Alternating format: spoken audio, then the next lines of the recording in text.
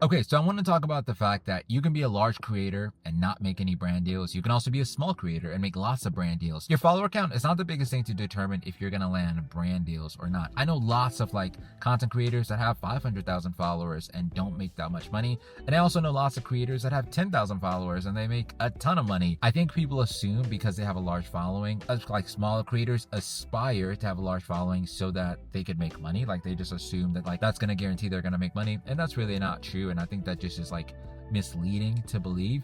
I think there's a lot of things you could be doing now as a smaller creator to make sure you get paid other than making sure you get a big following. I'm not saying like big followings are bad, like by all means, like do it because you want to build a community and so on and so forth. But I wouldn't think that like just because you have a big community, that means like you're not going to be able to like make a living from your content, because that's just like not true. And also just like for context, like my name is Lloyd. Like by day, I work in like social for one of the largest like consumer companies. So I get to see a lot of like behind the scenes on like how we do influencer and content.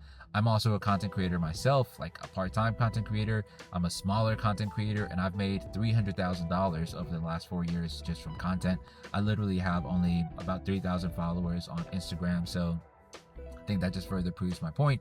I've also been like a talent manager and I've worked with smaller creators, larger creators, and so I've just seen a lot of like the behind the scenes. I want to talk about what I think is like the biggest possible thing that will lead you to like earn a living from like your content. This is like, if I could work on anything, if I had to choose between this thing and a following, I would choose this thing hands down. I'll talk about like a few different things, but this is the biggest. It's relationships and your ability to cultivate them. And that is like an oversimplification a little bit. Here's kind of like an example of what I mean. In 2022, I landed a 6-month contract with Spotify creating some content for them on Instagram. Now, it took me like maybe like a year and a half or like a year and 3 months. I don't remember the exact time frame. It took me over a year to cultivate that relationship, to get from the point where it's like, hey, it's a pleasure to meet you, to the point where it's like, we're working together now. And so I feel like the better you get at learning how to play the relationship game, the more likely you're able to learn like, hey, this is how I introduce myself to people. This is how I get them to know more about what I do. This is how I get them to like me. This is how I show them that like, hey, I'm thinking of you. Like when it's their birthday, I send them a message. Or when I'm in their city, I say like, hey, do you want to get coffee? Do you want to link up? It's like those small intangible things that like you can't necessarily like explain. Those are the things that really like move the needle. And I promise you, if you learn how to do this, like your life will change forever. And this doesn't just apply to like brand deals. This could be with like jobs or anything, but it's like getting people to like you and getting people to like help you with stuff, I think is like a skill on its own. And I find that like when campaigns happen, like if a large company is looking for an influencer, they're not always going to say like who has the largest following. They're just going to think about the influencers they like, the influencers they like working with, the people they've had positive interactions with. And those are the people they often will like message or reach out to.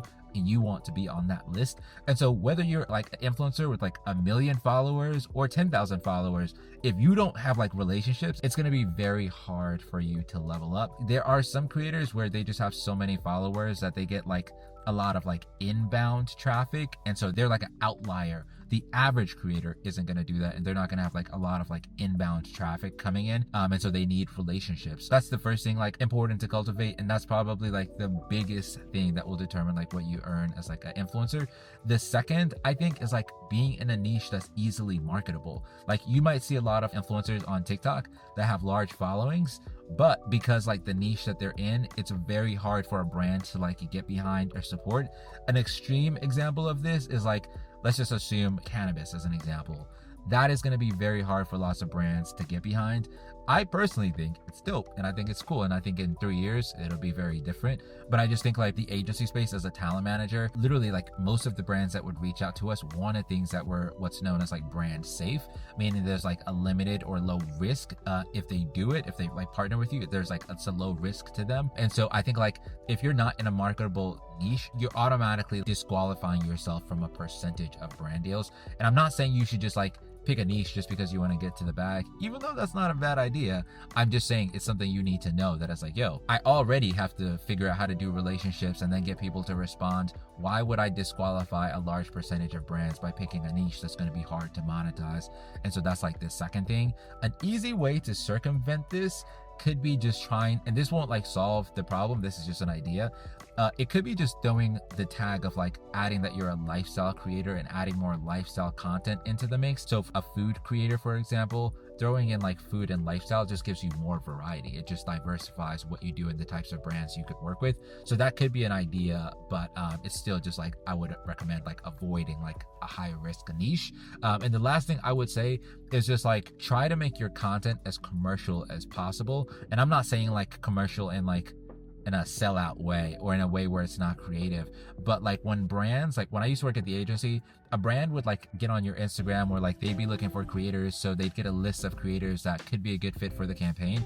They'd click on your Instagram to see if you're a good fit, and they'd maybe take like 15 seconds to try and figure out if you're a good fit. Like they're not looking at every video, they might like skim your bio. The number one thing they're gonna look at is like your video thumbnails, as an example. And so if you're a person that is like, yo, I take time with my thumbnails, or my thumbnails are very curated, like my Instagram feed is very curated, I get how like that feels like a waste of time, and I personally hate doing it, and this is still something I'm learning to get better at. But I do feel like if you look at creators that just have really good Instagram feeds, it's so much easier to understand like, what do they do, how can my brand partner with them, what are the types of products they promote, versus like a brand like landing on your Instagram and trying to figure out how they can work with you. It's like make it as easy as possible for them to understand like, oh, this person talks about tech, they could probably promote our new game or our new laptop. Oh, they have a laptop video already, cool, let me watch that. Those are the types of things that just get brands from like skimming your page to clicking to seeing like, oh, interesting, and driving them further down the funnel to actually be like someone you could work with, versus maybe like them landing on your page and they can't really tell like what you do because like your images are a little scattered, as an example. I think all of these small things together, like the relationships, the thumbnails, the being in the good niche, those are the small things that I think make it easy for you to make a living as like a video creator, versus just saying like, I'm a large influencer, I have X number of followers, so I should be getting like brand deals, but I'm not. And so I think there's a lot of intangibles like that I think like are more important than following, but aren't talked about. So we only focus on following. And if your goal is like, yo, I do like creating content, like me, like I would consider myself like partially a creative person. I like creating content, I like being creative, but ultimately like my goal is to like make a living from my content. And that is like what I think about every day. Like most of the decisions I make are with that in mind. It's like, yo, what can I do today that will bring me one step closer to that? And even though I make a pretty good like amount from brand deals, like on any given month, I probably make between like 8,000 to 15,000 consistently in brand deals. It's not quite at the point where I would feel comfortable like quitting like my day job to do it, and the money comes in very like infrequently at like random parts of the month, but like I'm very clear on like my end goal and like where I'm trying to go, which is like to be a full-time content creator. I do spend like time trying to like grow my following and build a community because I think that's important too. But it's like the number one thing that I think has worked for me is like relationships. And so I wanted to make this video because this is like the type of content I wish existed when I started like my journey as a creator, but also just to encourage people that don't have large followings or are in niches where they'll never have large followings, and to let them know that like you still can make a living from your content. It's definitely possible. And I hope this video like helps and inspires you. I have a ton of like resources for content creators that are completely free. I have a media kit, which hopefully looks like this. I'll try and put it somewhere on the screen. I'll put the link in the description so you can download it and send it out to brands. Just change the information on it. It's a Canva media kit, so you can totally use that. And then I also have a bunch of email templates that you can use to start emailing brands to pitch yourself, essentially to decide if they want to work with you. I haven't created a link for them, so I'll try and do that before this, but drop a comment if I haven't and I will send them to you. But I appreciate you watching this video and have an amazing day. Peace.